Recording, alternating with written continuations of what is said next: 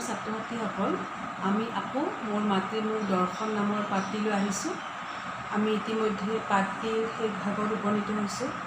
তোমালোকৰ নিশ্চয় মনত আছে যে 1930 চনৰ 24 ছেপ্টেম্বৰৰ দিনা বেজবৰুৱাই ডিব্ৰুগড়ত উপস্থিত হৈছিল আৰু ডিব্ৰুগড়ত বেজবৰুৱাক আদৰিবৰ কাৰণে ৰৈ আছিল তেওঁৰ মাজু, জীয়েক আৰু জোৱায়েক আৰু সৰু ভাই।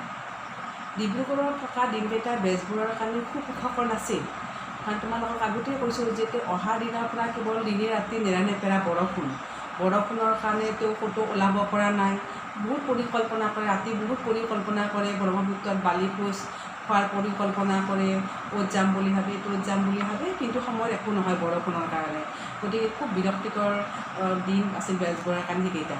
তথাপিও তাৰ মাজত বেজবৰুৱাৰ কেইটামান কথাই বেজবৰুৱাক কিন্তু অতি আনন্দিত কৰিছিল।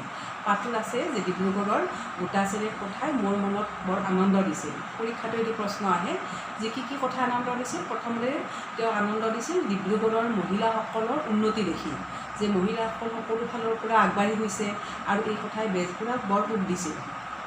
দুগৰাকী মহিলাৰ কথা বেজবৰুৱাই স্পেচিয়েলি উল্লেখ কৰিছে। মনত ৰাখিবা তোমালোকে নাম দুটা, এগৰাকী হৈছে যগোদা দেৱী আৰু এগৰাকী হৈছে গৌৰীপ্ৰভা চলিহা। গৌৰীপ্ৰভা চলিহাই তেওঁৰ শিক্ষয়িত্ৰী কেইগৰাকীমানৰ সৈতে তেওঁক তাৰমানে নিমন্ত্ৰণ কৰিলে, ঘৰলৈ আহি তেওঁক স্কুললৈ নিমন্ত্ৰণ কৰিলে, আৰু সেই স্কুলত বেজবৰুৱাক মুগাৰ কাপোৰত এখন অভিনন্দন পত্ৰ দিছিল। বেজবৰুৱাৰ সেইটো কথা বেজবৰুৱাই কৈছে, মোৰ গোটেই জীৱন মনত থাকিব। ইমান তেওঁলোকে কি কৰিছে, যে ইমান সুন্দৰকৈ তেওঁলোকে মোক অভিনন্দন জনাইছে। তাৰপিছত ডিব্ৰুগড়ত আৰু বেজবৰুৱাৰ ভাল লগা কথাৰ ভিতৰত আৰু এটা কথা হ'ল যে বেজবৰুৱাই নাটক চাবলৈ গৈছিল। ডিব্ৰুগড়ৰ ৰংগালয়লৈ তেওঁ নাটক চাবলৈ গৈছিল, আৰু নাটক চাবলৈ গৈ বেজবৰুৱা হতবাক হৈ পৰিল যে আমাৰ অসমীয়া শিল্পীসকল ইমান আগবাঢ়ি গৈছে, তেওঁলোকৰ অভিনয় দক্ষতাই চাবা নে নাটকৰ সাজ সজ্জা বা নাটকৰ চিত্ৰপট, দৃশ্যপট এইবিলাকে চাবা। বেজবৰুৱা অতি আচৰিত হৈ গৈছে যে কলিকতীয়া শিল্পীৰ লগতে এইবিলাকে দেখোন ফেৰ মাৰিব পাৰিব। গতিকে বেজবৰুৱা এই নাটকৰ ক্ষেত্ৰত আমাৰ ডেকাসকলৰ তাৰমানে অগ্ৰগতি দেখি বেজবৰুৱাই অতি আনন্দিত হৈছে। আৰু এই প্ৰসংগত বেজবৰুৱাই অনুবাদমূলক নাটক সম্পৰ্কে কিছু কথা কৈছে। এইটো কোনো পৰীক্ষাৰ আহে, মন কৰিবা যে সেই সময়ত বেজবৰুৱাৰ সময়ত মৌলিক নাটকৰ সংখ্যা কম আছিল। অসমীয়া ভাষাত মৌলিক নাটক মানে চলচ্চিত্ৰ নাটকৰ সংখ্যা কম আছিল। গতিকে আমাৰ যেতিয়া পূজাত হওক বা অন্য উৎসৱ পাৰ্বণবিলাকত যেতিয়া নাটক মঞ্চস্থ কৰা হৈছিল, তেতিয়া কি কৰিছিল যে ইংৰাজী নাটকৰ পৰা বা বাংলা নাটকৰ অসমীয়া অনুবাদ কৰা হৈছিল, নাটকৰ পৰা অসমীয়ালৈ অনুবাদ কৰা হৈছিল। গতিকে অনুদিত নাটকৰ সংখ্যা বাঢ়িছিল। গতিকে বেজবৰুৱাই অনুদিত নাটকৰ সংখ্যা বাঢ়াত বেজবৰুৱাই ভাল পাইছে, কিন্তু বেজবৰুৱাই সমানে এইটো গুৰুত্ব দিছে যে মৌলিক নাটকৰ সংখ্যা কিন্তু বাঢ়িব লাগিব। মৌলিক নাটকৰ সংখ্যা বঢ়াটো হ'ব আমাৰ নাট্য সাহিত্যৰ কাৰণে এটা উল্লেখনীয় এটা পদক্ষেপ। আৰু অনুবাদমূলক নাটকৰ ক্ষেত্ৰত বেজবৰুৱাই কেইটামান কথাত গুৰুত্ব দিব দিছে। কি কথাত গুৰুত্ব দিব দিছিল বেজবৰুৱাই, যে নাটক অনুবাদ কৰোঁতে অনুবাদ এনেকুৱা হ'ব লাগে যাতে আমাৰ জাতীয় জীৱনৰ লগত নাটকখন মিলা হয়, আমাৰ জাতীয় জীৱনৰ যাতে প্ৰতিচ্ছবি নাটকখনত যাতে থাকে, যাতে নাটকখন বাৰে বঙলোৱা নহয়, আমাৰ জাতীয় জীৱনৰ যাতে প্ৰতিচ্ছবি থাকে। যদি তেনেকুৱাকৈ নাটকখন অনুবাদ কৰা হয়, তেতিয়াহ'লে সি আমাৰ নাট্য সাহিত্যৰ উন্নতি সাধন কৰিব। বেজবৰুৱাই এইটো কথাৰ ওপৰত গুৰুত্ব দিবৰ কাৰণে ডেকা নাট্যকাৰসকললৈ তেওঁ আহ্বান জনাইছিল। আৰু এই প্ৰসংগত বেজবৰুৱাই এখন নাটকৰ কথা উল্লেখ কৰিছে। নাটকখন হৈছে ভ্ৰমৰংগ। এইটো কথা তোমালোকে মন কৰিবা যে 1988 চনত ভ্ৰমৰংগ নামৰ এখন নাটকখন অনুবাদ কৰা হৈছিল। শ্বেক্সপিয়েৰৰ কমেডি অফ এৰৰ্ছ নামৰ নাটকখন ভ্ৰমৰংগ নাম দি অসমীয়ালৈ অনুবাদ কৰা হৈছিল। আৰু নাটকখন অনুবাদ কৰিছিল কলিকতাত পঢ়ি থকা কেইজনমান ছাত্ৰই। তেওঁলোকৰ নাম আছিল গুঞ্জানন বৰুৱা, ঘনশ্যাম বৰুৱা, ৰমাকান্ত বৰকাকতি আৰু ৰত্নধৰ বৰুৱা। এওঁলোকে শ্বেক্সপিয়েৰৰ কমেডি অফ এৰৰ্ছ নাটকখন ভ্ৰমৰংগ নাম দি অসমীয়ালৈ অনুবাদ কৰিছিল। আৰু এই অনুবাদটো অতি সুন্দৰ হৈছিল। বেজবৰুৱাই কৈছে যে যিবিলাকে আমাৰ তাৰমানে অনুবাদ নাটকৰ কাম কৰি আছে, তেওঁলোকে এই নাটকখনক আৰ্হি হিচাপে লোৱাটো ভাল, যে এই নাটকখনক শ্বেক্সপিয়েৰৰ নাটকখন সম্পূৰ্ণ অসমীয়া সাঁচত তাক কি কৰা হৈছে, ঢালি অনুবাদ কৰা হৈছে। আৰু এনেকুৱাকৈ যদি নাটক অনুবাদ কৰা হয়, তেতিয়াহ'লে আমাৰ নাট্য সাহিত্যৰ কি হ'ব, আমাৰ শ্ৰীবৃদ্ধি সাধন হ'ব। আৰু এইখিনিতে আমাৰ পাঠটো শেষ হৈছে। এতিয়া আমি পাঠটোৰ ভিতৰৰ আমি কিছু কথা আমি আলোচনা কৰোঁ যে পাঠটোত বেজবৰুৱাই কিছুমান পদ কীৰ্তনৰ কিছুমান পদ আনিছে। আমাৰ মধ্যযুগৰ ভক্তি আন্দোলনৰ এগৰাকী প্ৰথিতযশা কবি কবিৰ দাসে লিখা পদো আনিছে। তাৰপিছত সংস্কৃত শ্লোকো আনিছে আৰু এইবিলাক তোমালোকক ভাৱাৰ্থ লিখা হিচাপে তোমালোকৰ আহিব পাৰে। তেনেকুৱা কীৰ্তনৰ এটা পদ এটা আছে বেজবৰুৱাই উল্লেখ কৰিছে আৰম্ভণিতে, একদম পাঠটোৰ আৰম্ভণিতে আছে যে নকৰিলোঁ শিৰে মাধৱক নমস্কাৰ, ইটো মাথাগত মোৰ হৈল মহাভাৰ। নকৰিলোঁ শিৰে মাধৱক নমস্কাৰ, ইটো মাথাগত মোৰ হৈল মহাভাৰ।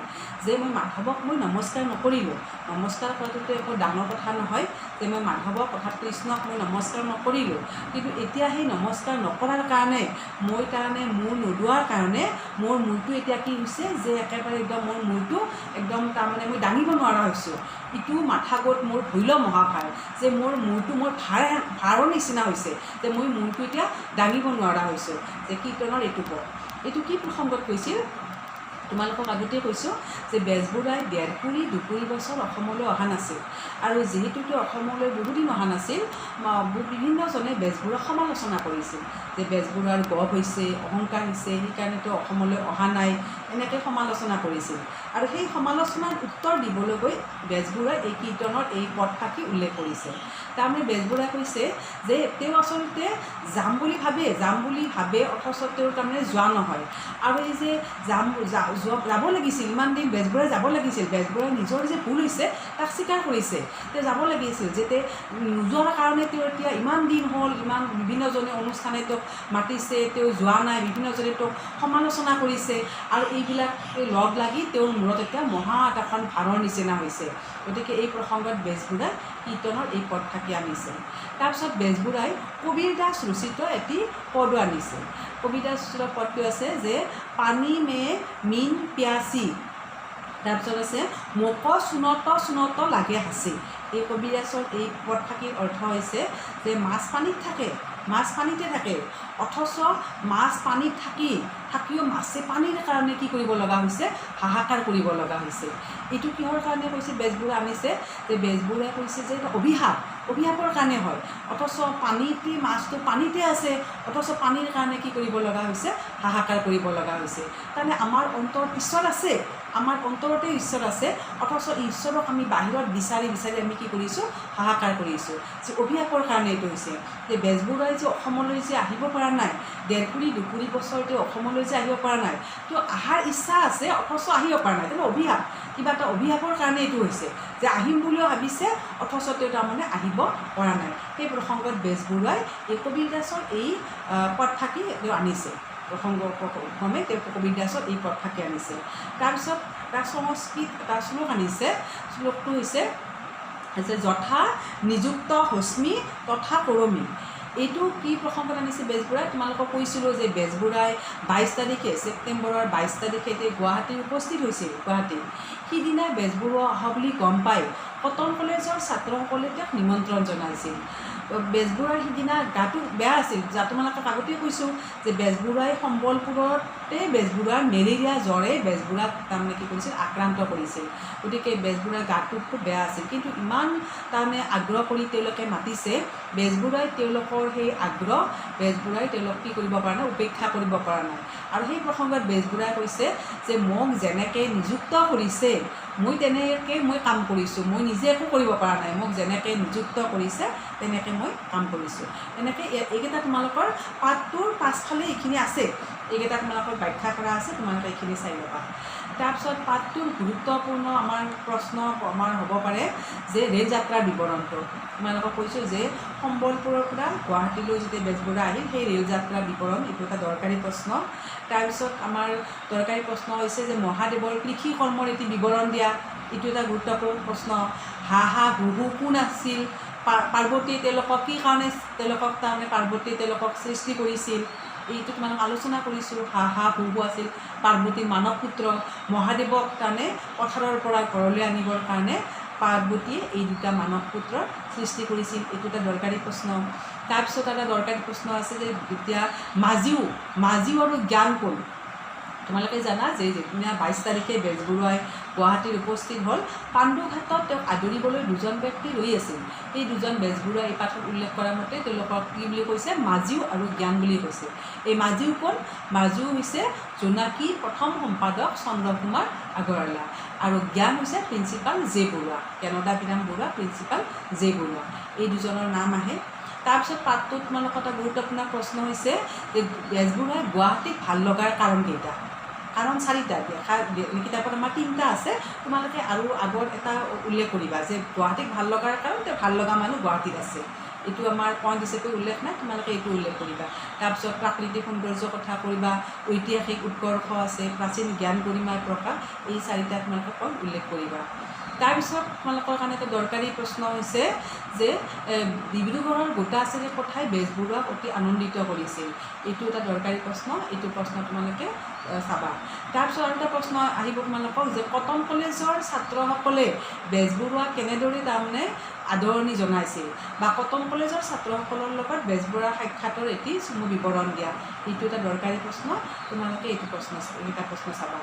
তাৰপিছত পাঠটোত আৰু এটা গুৰুত্বপূৰ্ণ প্ৰশ্ন আছে যে অসমীয়া তাৰমানে নাটকৰ ক্ষেত্ৰত বেজবৰুৱাই কি কথা কৈছিল, অনুবাদমূলক নাটকৰ ক্ষেত্ৰত বেজবৰুৱাই কি কথা কৈছিল। এইটো এটা গুৰুত্বপূৰ্ণ প্ৰশ্ন। এইকেইটা প্ৰশ্ন তোমালোকে দীঘল প্ৰশ্নৰ কাৰণে প্ৰস্তুত কৰিবা। আৰু সৰু প্ৰশ্নৰ কাৰণে বিভিন্ন ধৰণৰ প্ৰশ্ন হ'ব পাৰে। বেজবৰুৱাই কিমান তাৰিখে তেওঁ যাত্ৰা আৰম্ভ কৰিলে, কিমান তাৰিখে বেজবৰুৱাই গুৱাহাটীত উপস্থিত হ'ল, কিমান তাৰিখে বেজবৰুৱাই ডিব্ৰুগড় উপস্থিত হ'ল, গুৱাহাটীত তেওঁক আদৰিবৰ কাৰণে কোন ৰৈ আছিল, ডিব্ৰুগড়ত তেওঁক আদৰিবৰ কাৰণে কোন ৰৈ আছিল, ৰাজা ৰামমোহন ৰায়ৰ স্মৃতি সভাত বক্তৃতা দিয়া অসমীয়া মহিলাগৰাকীৰ নাম কোন, যশোদা দেৱী তোমালোকক যি কৈছিলোঁ। তাৰপিছত বা গৌৰীপ্ৰভা চলিহা কোন আছিল, গৌৰীপ্ৰভা চলিহা তেওঁ বেজবৰুৱাক কিয় নিমন্ত্ৰণ কৰিছিল, এইটো আহিব পাৰে। তাৰপিছত ৰংগালয়ত এগৰাকী তাৰমানে অসমীয়া শিল্পী, বেজবৰুৱাই ৰংগালয়ত ডিব্ৰুগড়ৰ ৰংগালয়ত লগ পোৱা এগৰাকী অসমীয়া শিল্পীৰ নাম উল্লেখ কৰিব দিব, তেওঁ হৈছে মুক্তানাথ বৰদলৈ। এগৰাকী অভিনেতাৰ নাম যদি উল্লেখ কৰিব দিয়ে, তেওঁ হৈছে ডাক্তৰ প্ৰভাত চন্দ্ৰ দাস, তেওঁ এগৰাকী কৌতুক অভিনেতা আছিল। এনেকুৱাকৈ পাঠটোৰ ভিতৰত বহুত সৰু প্ৰশ্ন আছে, তোমালোকে এইখিনি উলিয়াই ল'বা। আৰু উপৰঞ্চি কিছুমান তথ্য আছে পাঠটোৰ। উপৰঞ্চি তথ্যৰ ভিতৰত আছে প্ৰথমতে আছে ভ্ৰমৰংগ নাটকৰ বিষয়ে, তোমালোকক মই কৈছোঁ ভ্ৰমৰংগ নাটকৰ বিষয়ে আছে। 1988 চনত এই নাটকখন অনুবাদ হৈছিল ভ্ৰমৰংগ। তাৰপিছত আৰু এটা কথা আছে যে বেজবৰুৱাই সম্বলপুৰলৈ যি বেজবৰুৱা গ'ল, কি কাৰণত তেওঁ সম্বলপুৰলৈ গৈছিল, ৱাৰ্ড নামৰ এটা কোম্পানীত বেজবৰুৱাই চাকৰি কৰিছিল। 1916 চনত এই কোম্পানীত বেজবৰুৱাই চাকৰি কৰিছিল। তেওঁৰ এই কোম্পানীৰ মেনেজাৰ হিচাপে সম্বলপুৰত তেওঁ কাৰ্যনিৰ্বাহ কৰিছিল। তেওঁৰ দৰমহা আছিল 200 টকা। এইখিনি কথা উপৰঞ্চি তথ্যৰ আছে। আৰু বেজবৰুৱাই কলিকতাত যে কাঠৰ কাৰবাৰ কৰিছিল, তেওঁৰ কাৰ লগত কৰিছিল, সদাগৰ ভোলানাথ বৰুৱাৰ সৈতে লগ লাগি কাঠৰ কাৰবাৰ কৰিছিল। এইখিনি উপৰঞ্চি তথ্য পাঠটোত আছে। আৰু তোমালোকে আৰু এটা গুৰুত্বপূৰ্ণ কথা, তোমালোকে বেজবৰুৱাৰ ধেমেলীয়া নাটককেইখনৰ নাম, বেজবৰুৱাৰ উপন্যাসৰ নাম, বেজবৰুৱাৰ কবিতা পুথি দুখনৰ নাম, বেজবৰুৱাৰ এখন জীৱন চৰিতৰ নাম, এনেকৈ তোমালোকে এইখিনি বেজবৰুৱাৰ সাহিত্যৰাজি যিখিনি আছে এইখিনি তোমালোকে ভালদৰে চাবা। হ'ব দিয়া, আমি ইমানতে এই পাঠটো আমি শেষ কৰিছোঁ। ধন্যবাদ।